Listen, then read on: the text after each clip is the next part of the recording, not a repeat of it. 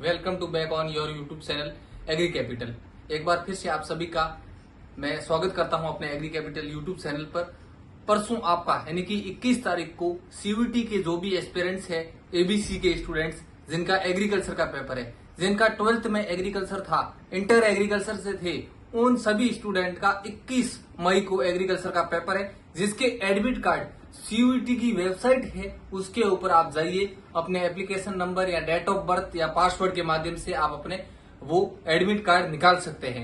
Admit card निकालने के बाद में एडमिट कार्ड के जितने भी पेज है सभी के सभी साथ में लेके जाना, ठीक है। और सेंटर पर जो निर्धारित समय है उस समय से आधा घंटा पहले पहुंच जाए, ठीक है। बहुत बार स्टूडेंट के साथ में सेंटर को लेके वो कंफ्यूजन होता है कि मेरा सेंटर कहाँ पे है, तो वो आप पहले से सेंटर पर पहुंच जाए और अपने सेंटर का एडमिट कार्ड में देख के पता कर लेगा कि मेरा सेंटर यही है क्या। अब मैं बात करूंगा एग्रीकल्चर के पेपर की, आपको किस प्रकार से पेपर अटेम्प्ट करना है। बहुत टेंशन हो रही है मेरे पास, आज दिन में कम से कम 10 से 15 स्टूडेंट का कॉल आ चुका है कि सर परसों हमारा पेपर है, क्या करे और क्या नहीं करे, क्या पढ़े और क्या छोड़े, क्या नहीं पढ़े, ठीक है।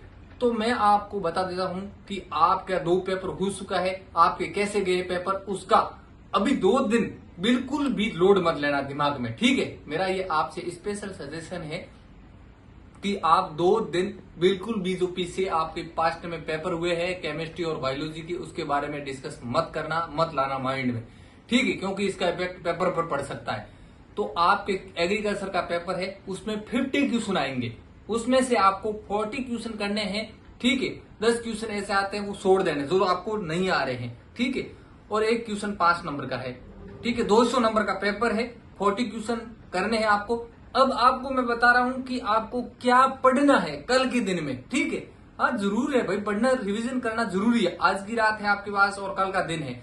आपको पता है कि आपको बहुत सारी चीजें आती है, जो सबको आती है उनको आप रिवाइज मत करो। जैसे कि वीट का साइंटिफिक बोटनिकल नेम सबको पता है, वो मत पढ़िए आप। जैसे कि शुगर बीट का पढ़िए, पोटेटो का पढ़िए, जो आपको नहीं आ रहा है वो पढ़िए। जैसे कि सीसेमम की फैमिली अलग है, वीट की तो सबको पता है पोएसिया ग्रेमिनी है, ठीक है।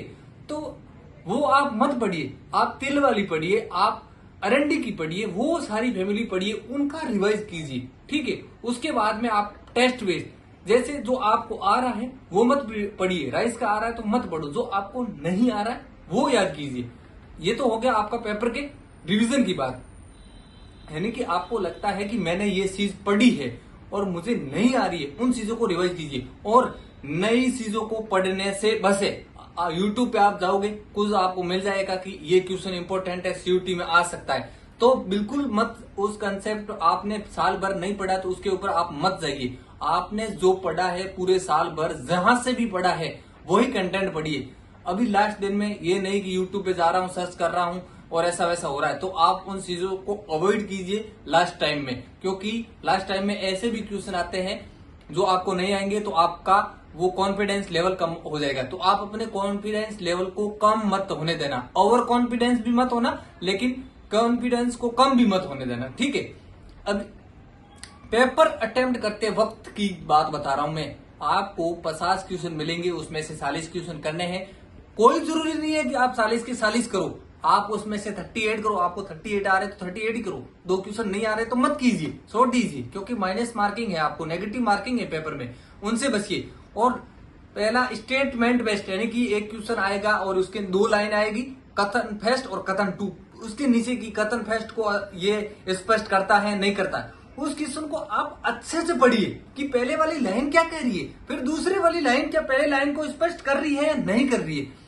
इस क्वेश्चन को अच्छे से पढ़ोगे तो आपका ये क्वेश्चन सबसे इजी होते हैं। मैंने क्या इतना बड़ा अपन क्वेश्चन देखते हैं ना तो उस क्वेश्चन को अवॉइड कर देते कि यार ये मेरे पास की बात नहीं है। अरे नहीं, वो क्वेश्चन बहुत अच्छा है लेकिन उसको आप अच्छे से पढ़िए। दूसरा ये है कि आप क्वेश्चन समझ में नहीं आ रहा है ना तो उसको इंग्लिश में पढ़िए, इंग्लिश वर्जन पढ़िए साइड में, वो वाला देखिए। बहुत बार ऐसा होता है कि हिंदी क्या होता है ट्रांसलेट किया होता है गूगल का, और हिंदी में ऐसी चीजें आपने जो पढ़ी एक बुक के अंदर वो नहीं मिलेगी। लाइक आपने बुक में कुछ और पढ़ा था लेकिन वो आपको वहां पे नहीं मिलेगी, तो आप इंग्लिश वर्जन देखिए।